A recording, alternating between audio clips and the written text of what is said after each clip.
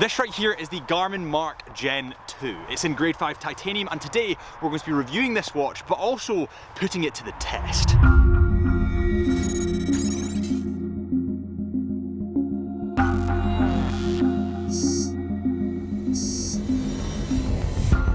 Joining us today and putting me through my paces is Brian Wood. Now, Brian Wood has served over 17 years with the military. He was then awarded a military cross. Then he had a best-selling book, Sunday Times book, and then that book was adapted into a movie. He is an ultramarathon runner and kind of just pretty scary. Welcome back to the Chisholm Hunter channel. My name is Harrison, as always, and we are here at a Scottish assault course in Ayrshire, Scotland. It's -1 at the moment. We've just had a fresh dump of snow, and I'm about to be put through my paces. But let's just talk about this watch and the specs first. You know, I've never really been a fan of smartwatches, and actually I've kind of slandered them in other reviews, for example, the Apple Watch. But the reason that I slandered them is because they connect to your phone, and essentially what the smartwatch is an extension of your phone. But let's strip that away. This isn't connected to my phone, and I wouldn't use it as an extension of my phone. I would use it as a tool to increase my fitness, and that's something I can get on board with. So this comes in grade 5 titanium. It's harder and lightweight. It is honestly awesome. It feels like a feather on the wrist, and that is obviously partly because it's an athlete's watch. You don't want something heavy as an athlete's watch.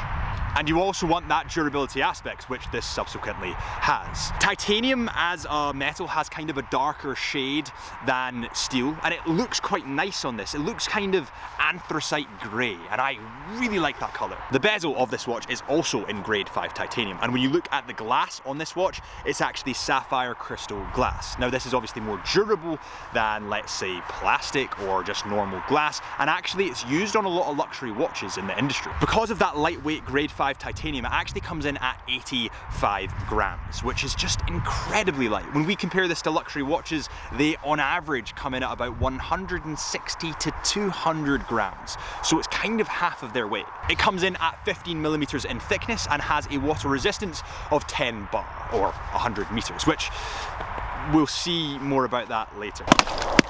Sorry to interject, guys, but I've been wearing this watch for around about a month now, and I have got a couple of things that I forgot to say about it that now that I've used it, it seems more relevant to say. So this is obviously one model. This is the athlete version of the MARQ Gen 2. However, there are a couple of other variations that you can choose. The other models that you can get look slightly different and have different functionality, and they're just a little bit different. So you get the Aviator, the Adventurer, the Captain, and the Golfer. And all of these models look pretty smart. However, the one that I've got on actually, the Athlete, is probably the one that fits my needs best. And I think that's what you need to think of when you're getting one of these watches. Just what fits your needs. Now, something that I did forget to say that I kind of need to say because I've used it, and this is actually something I've used while up a Munro in Scotland, is the GPS functionality of this watch. Now, you don't need your smartphone or a smartwatch, you just need your Garmin, and you can use that as a tool to navigate through the mountains using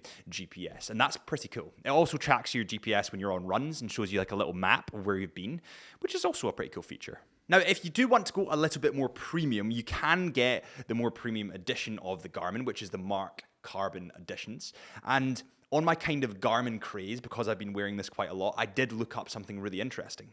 And on the MARQ Carbon edition, GPS signal can't pass through carbon. That is just something factual. But Garmin created something that allows the GPS signal to work with a carbon watch. And that's pretty damn cool. But anyway, that's all I had to say. Back to the video. This smartwatch, this Garmin, has up to 16 days of power. Now, this kind of varies depending on your use of the watch, but 16 days is pretty damn good. This model actually has an AMOLED touchscreen, which is really, really bright and really easy to use. And obviously it's a touchscreen, so you can kind of play with it a lot, and that's cool.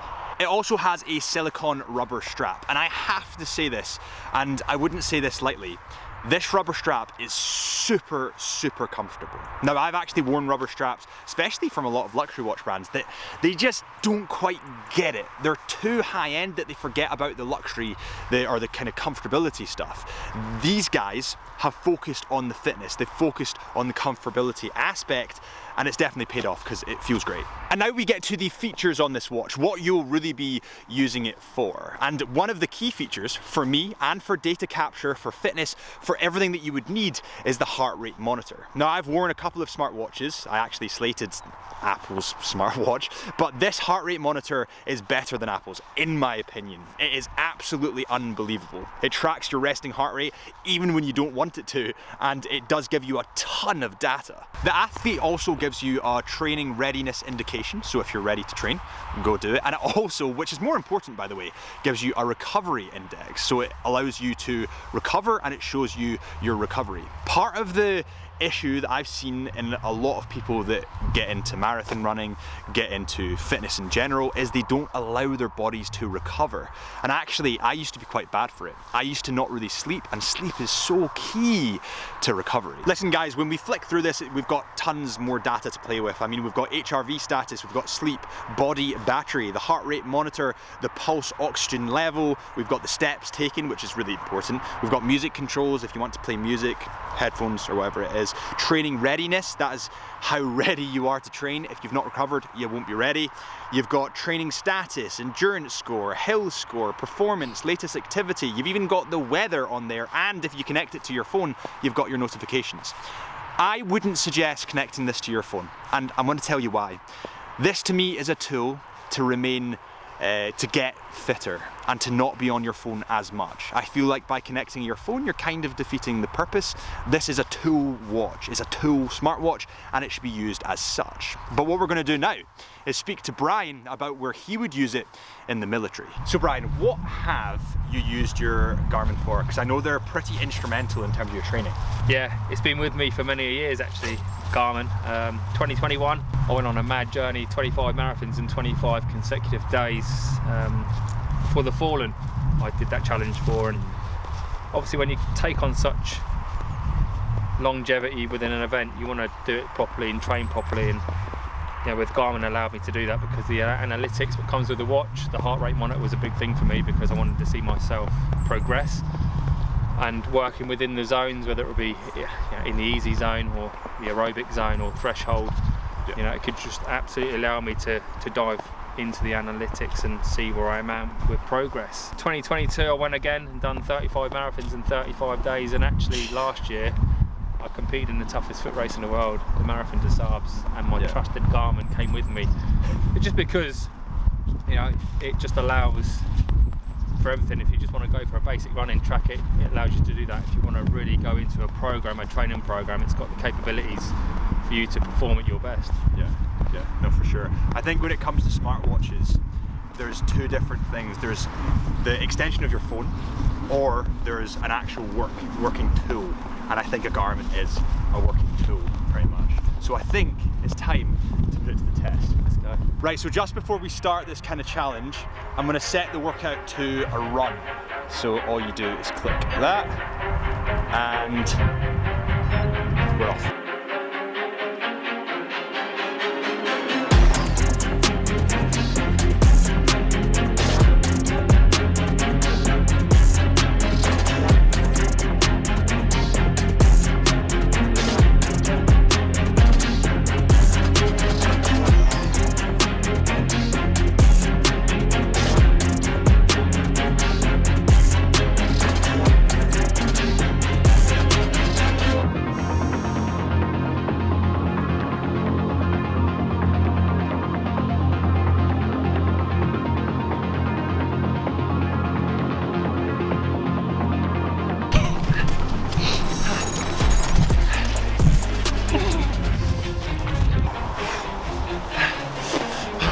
So after that, let's have a look. So you swipe up from the top, Brian, and then it's oh, you can see it rise. Mine's an 89.